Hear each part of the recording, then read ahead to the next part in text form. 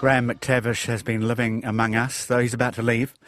Living quietly in Wellington, another actor in the capital among many talented actors, and yet this is a man who's played opposite Denzel Washington and Sylvester Stallone. Maybe we know him best as one of the more visible dwarves in The Hobbit, but he's also been a drunken weasel in The Wind and the Willows. He's a veteran Shakespearean actor. We saw him in Ali G's In the House. There was Lara Croft, Tomb Raider, the thriller Pandemic. That was him in Outlander, and as King Atlan in Aquaman. And he's prominent as well in the Uncharted video game series. There is nothing Graham can't turn his hand to, and he's turning it to a book and a TV series about Scotland. Graham, good morning to you. It's a pleasure to be here, Jim. It really is. It seems strange doing an interview centred on a new book which I haven't read, but we that's how we like to do it, Jim. We just nobody's allowed to actually read it. We just talk about it. That's how it's often done, let me tell you. I bet. But not by me. But we wanted to catch you before you flee the country for work. You're off, aren't you? Yes, I am fleeing the country. Well, yeah. No, I'm sad to go. I'm very sad to go. It's been wonderful being here. Especially at this time. But yes, I do have to go for work. Okay. So. Clanlands, whisky warfare, and a Scottish adventure like no other. That's what we've got in store. And you've written it with your mate, who may end up being the next James Bond. He may do, indeed. Listen, the only thing I've said to him is if he does become the next James Bond, I have to become the next James Bond villain. Yes. So that I could even hope to exact revenge upon him for murdering me in Outlander. You... That's right, you were together in Outlander, weren't yes, you? Yes, indeed, we were. Not everybody knows Outlander, yes, but it has a lot of true. fans, and they will know exactly what you're talking about. Right. Okay, so Sam is his name. So, Sam Heughan. Sam yes. Heughan. Yes, indeed. I've known Sam now for, gosh, let me think, 7, 8 years. 8 years. We met in a very hot casting room in Soho in London for Outlander, and I can honestly say, and I don't say this lightly, he was somebody that I knew I would be my friend for a very long time, as soon as I met him. So, and that has indeed been the case. You would be a marvellous James Bond villain. Would he really be a good replacement for Daniel Craig? Oh, yeah, my goodness. I mean, he is the real thing, Sam. I mean, that guy is fearless. I mean, it was one of the terrifying aspects of this story, of which we've talked about in Clanlands, is that he was constantly putting me into life-threatening situations, in very much the style of James Bond. So, no, he's the real thing. Okay, what do the two of you do in Scotland? Originally, we were just going to do sort of GoPros. We were going to sit there, and I didn't really understand how that could possibly work. I mean, what, we're going to strap them to our heads? What was... Yeah. And so Sam eventually said, look, let's actually have cameras. And a one-camera shoot into a 3-camera shoot, and we had drones and a full crew, and we went off and shot it, and we documented the experience. And the experience became Clanlands, the book. And we visited castles all over Scotland. We went to locations that people will have heard of and some that they won't, places like Loch Ness, Culloden. But we met characters that you couldn't make up in any fiction. They were really remarkable people. So. Just to expand the explanation a bit more about the Clanlands project, it was a podcast focused on the history, culture and landscape of Scotland, yes, and then confusing. It evolved into a travel show called Men in Yes. Kilts, and the new book which retains the Clanlands name. Indeed. Okay. Yes, it's remarkably confusing, I do admit. But somehow it all manages to make sense to us. Yeah, the TV show is different because obviously it's a different medium, and the book concentrates on, yes, the experience of making the show, but also our own personal history, our own careers, our own friendship, and very much the history of Scotland itself. A lot of New Zealanders will be looking forward to this because there's a lot of Scotland in New Zealand, and they helped give us our accent, for one thing. They did. And not a lot of people realise that, actually. But they did, absolutely, especially when you go to the south. Yeah. You could be in Scotland. Yeah, the landscape, the people, very much the character of the people of New Zealand echoes the character of the people of Scotland, and it's why I feel so very at home here, really. Yeah, and we've been very glad to have you here. So a confessional meets a road trip meets a death-defying experience. The death-defying experience aspect of it was really, Sam seemed determined to test me to the very limits of my abilities. So we were constantly being put into different modes of transport, a tandem bike, which was basically a piece of rusting farm machinery masquerading as a bike that we rode around on. We did kayaking, we were rowing boats, we had a camper van, we had a motorbike and a sidecar. It was, yeah. And I'm quite a quiet guy, really.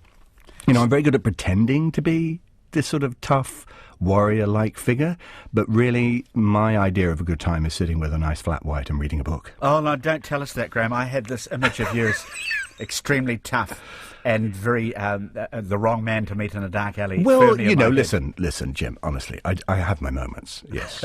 I have my moments, but Sam takes it to a whole other level.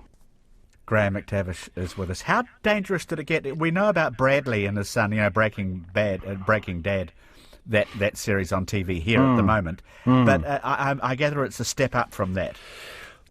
I mean, the most dangerous thing definitely was our last day of shooting. And the last day of shooting, I mean, I don't really want to spoil it, but it was very dangerous. It became very dangerous indeed. And not to put too fine a point on it, I did nearly die. So it was a very sobering moment for everybody. It was a really shocking experience for me, and I don't wish to make light of it. This death-defying experience in which you nearly died, can you give us even a little clue? Did it involve a cliff face, jumping out of a plane, water? It involved the motorbike and the sidecar. Oh, yes, okay. Yes. So I'd never been in a sidecar before, and I have no intention of ever doing so again. Okay, we're getting a slight picture here. Combined with speed, I'm assuming. Yeah. Indeed. Scotland is small, even compared with New Zealand. It would fit it would fit it into the North Island easily enough. Yeah, for sure. But I think the mistake that people make, and this is certainly a mistake that many of my American friends have made, when they go to Scotland, they think they can just see the entire country. I mean, that is, well, in fairness, that's a mistake people make about New Zealand as well. They think, oh, it's just tiny, we can get around easily. But they don't take into account how difficult it is to actually get around. Because like New Zealand, the roads in Scotland, apart from a couple of motorways, are very, very narrow. They're just 2-lane highways, and they wind around enormous mountains. So getting from A to B can be lengthy, but it's so rewarding. It's so rewarding. It is a very... I'm one of those people who hasn't seen it properly, but it is a marvellous place to visit. Graham McTavish is with us. You mentioned the castles. Now, I'm lucky enough to own a couple of old books about Scotland, travelogues by H.V. Morton, the great travel writer of the 30s and 40s. And wow. Well, he talks about visiting one of the old noble houses, and I looked this up last night. He says, all over the country, the last lovely candles of the 18th century are being blown out by the tax collector. Yes. How much of the magnificence of the Scottish past is left?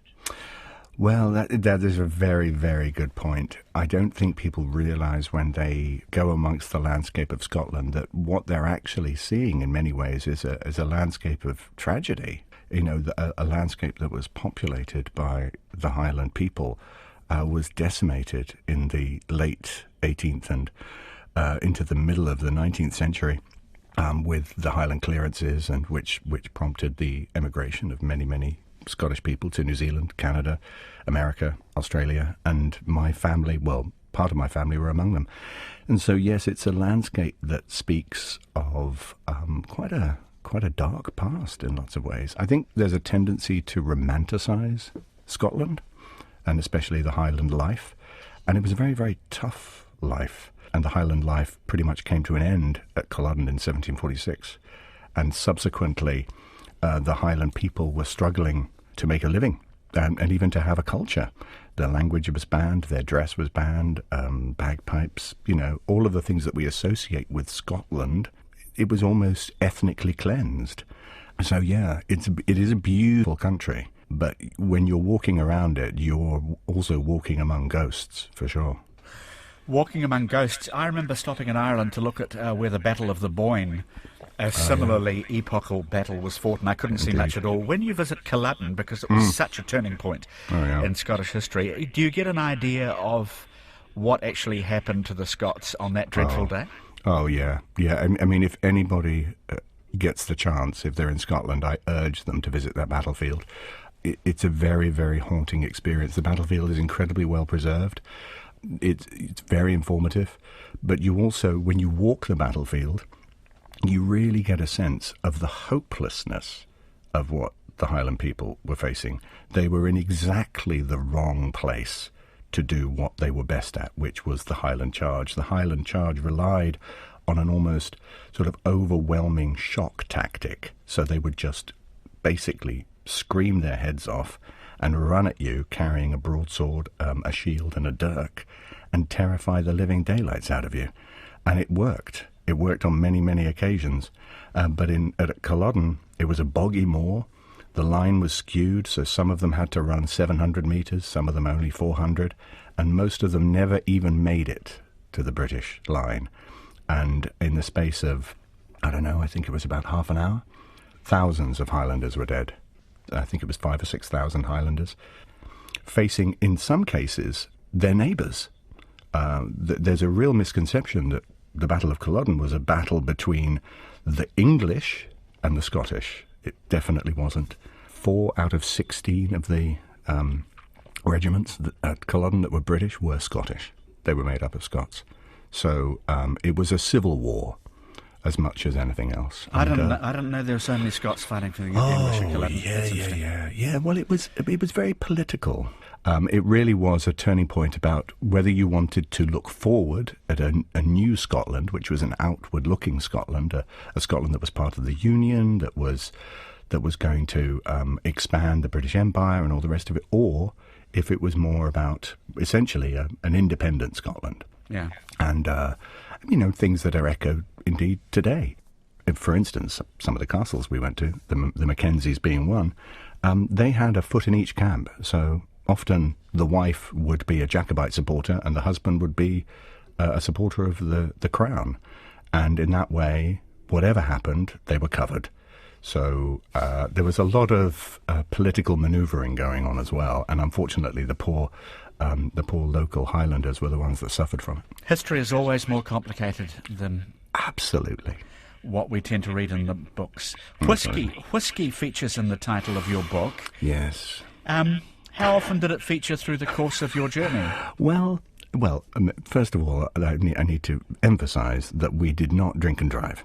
No. We arrived one morning, it was actually our first day, we arrived at 9 a.m.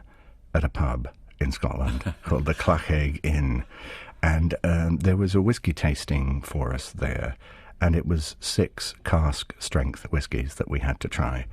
And now, I drink whiskey. I do. Sam worships whiskey.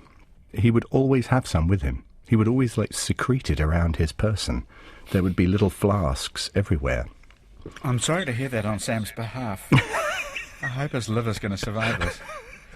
He's a fearsome man. He's a fearsome man. Whiskey seems to be in vogue again in action movies as the drink of the hard-charging man or woman. I've noticed this. It's had a revival. Oh, is that right? Well, actually, I don't know. Yeah. I mean, whiskey. Well, listen, I do like it.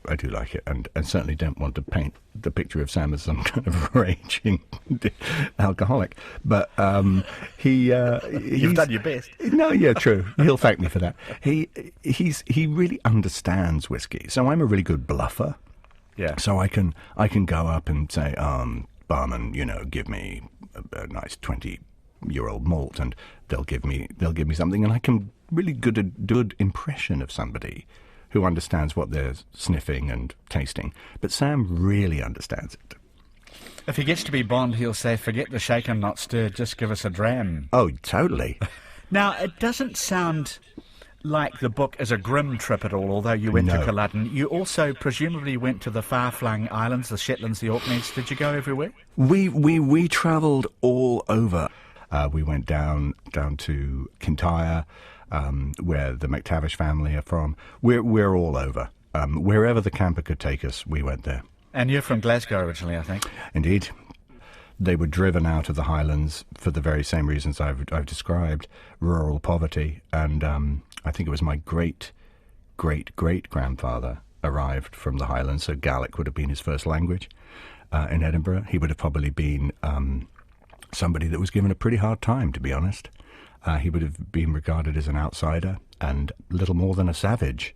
I've done a lot of research on my own family history, and it's a remarkable thing that I look at the marriage certificate. I think it's of my great-grandfather, and their marriage certificate has 2 X's by the signature because they were illiterate. And this was in 1870. Gee. I know. And my father was born in 1922 and went on to become an airline pilot. And it's an extraordinary thought that in the space of 50 years, you'd have a couple of people who literally couldn't read and write, and then they had a descendant who was able to fly a plane. And it really speaks to me about the lack of opportunity that a lot of Highlanders faced at that time, the waste of their abilities and their talents. And yet Scotland is a place of such ability and talent. There's all the oppression, there's all the misery and the violence of Scottish history, and yet per capita it would be hard to find another country on earth which has generated so much invention and creativity. Absolutely. I've thought about trying to put my finger on why. There must be something in the deep background of the Scots, in the Highland tradition, that perhaps encourages that sort of thing. It's a fascinating thing to me that a country, as you say, that is so small, has created so much and contributed so much to the world. Yeah. Part of it was the education, wasn't it? They actually tried hard.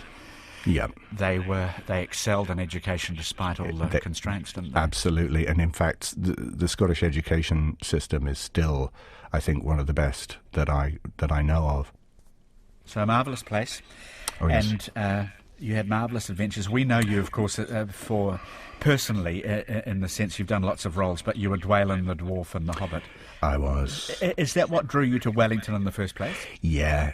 I mean, I was asked to do it. I was living in Los Angeles at the time with my family, and I got the opportunity and I jumped at it. I remember the last meeting that I had with Peter Jackson and Fran and Philippa Boyens.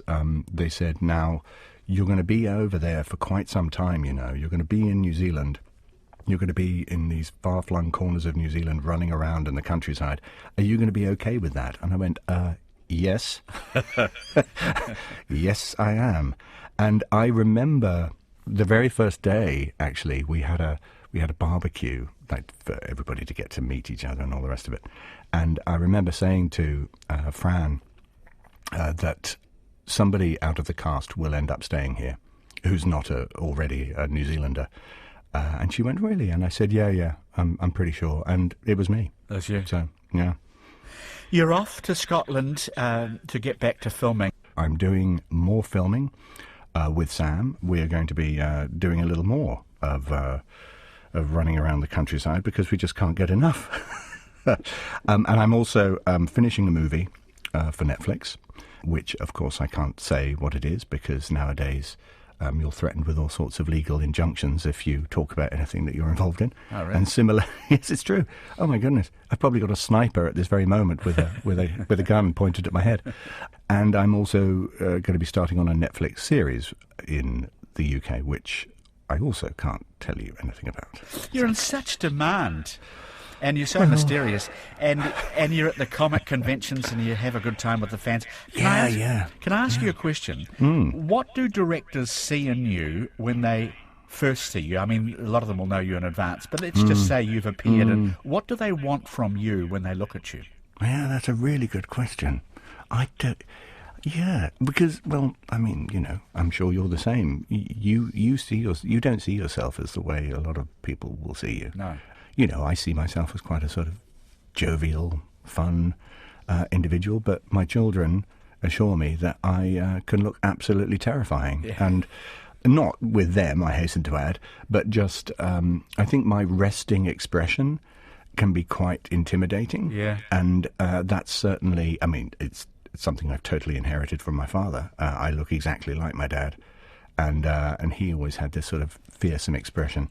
That's what they like. And also, you know, I mean, the business being what the business is, you do certain roles and you become known for doing a particular type of role, and that's what they look for you to do in the future. Yeah, a lot of us know what you mean by resting faces. Yes. Playing opposite Denzel Washington, opposite Sylvester Stallone, twice in the Rocky franchise, Nicole Kidman, people like that. Yeah. Did you discover these people put their socks on one at a time like we do? I suppose it's... Oh, yeah, absolutely. There's a lot of effort made to sort of conceal the mortality of these people, mainly by the people who represent them. They themselves are very, very approachable. I mean, Sylvester Stallone, for instance, was a revelation to me. You know, apart from his ability to kill people on screen, he's also a very, very intelligent man, very funny.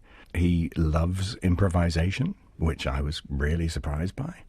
My first day on Rambo, he said to me, he said, "Do you like improvisation?" And I said, "Yes, I really do like improvisation. Yeah, that's great. Okay, we're going to just improvise this scene." And we improvised pretty much every scene of dialogue that I was involved in with him. And he was hilarious. But the thing that sets those people apart, though, those kind of people, and Peter Jackson I would put in the same camp. Not an immediate comparison that you would think you'd make between Sylvester Stallone and Peter Jackson, but no. they do have this in common. They are driven individuals. Yeah. Driven. They work incredibly hard. The days that those people put in would crush most people. Sly is the hardest working guy on any set. Right. And that's why he's where he is. The key that unlocks their success. Okay. Yeah. So you're a big name player in the video game world. Do you actually play any of these games? No. Hopeless. Hopeless. No, I'm the guy, I think the only time I tried it, I'm the guy that shoots in a circle around his own feet. Right. Yes, that's me. No, I've done a lot of video games. Some of them are very, very popular, apparently. I did a trilogy, well, it's more than a trilogy, Uncharted, which is very popular, yep. Call of Duty, Dante's Inferno. I did, lots and lots of these things. It's nothing personally against people that play video games. I just really like reading. That's my thing. I like reading books. What's that like? No, I'm just joking. A couple of questions just to finish. When are we going to see Clanlands? When are we going to read Clanlands? Clanlands is published on November the 5th. And as for the further ramblings of the two of you through Scotland, yes. When will they be viewable? Well, it's going to be early next year. When will you be back in New Zealand? Will you not come back, laddie? Oh, I'm coming back, mate. Don't worry. I'm coming back. I know I can't wait to come back. I mean, the hardest thing for me when I leave is obviously leaving my kids here. I don't see my kids while I'm away. Sometimes if I'm away for a very long time, they can come, and in fact, when I did Outlander, they lived with me in Scotland. But that's going to be hard being away. But so I'm going to come back as soon as I can. When I do come back, I mean, I know obviously at the moment there's the quarantine and everything like that when you come back into the country. But frankly, even if it meant at the end of it I only had 3 or 4 days with the kids, I would make the trip. Ah, bless. Yeah. You're a good dad, I can tell. And gee, it's great being able to talk to you before you left. Hey, thank you for coming in to talk to us. It's my pleasure. My pleasure. Thanks very much. Graham McTavish.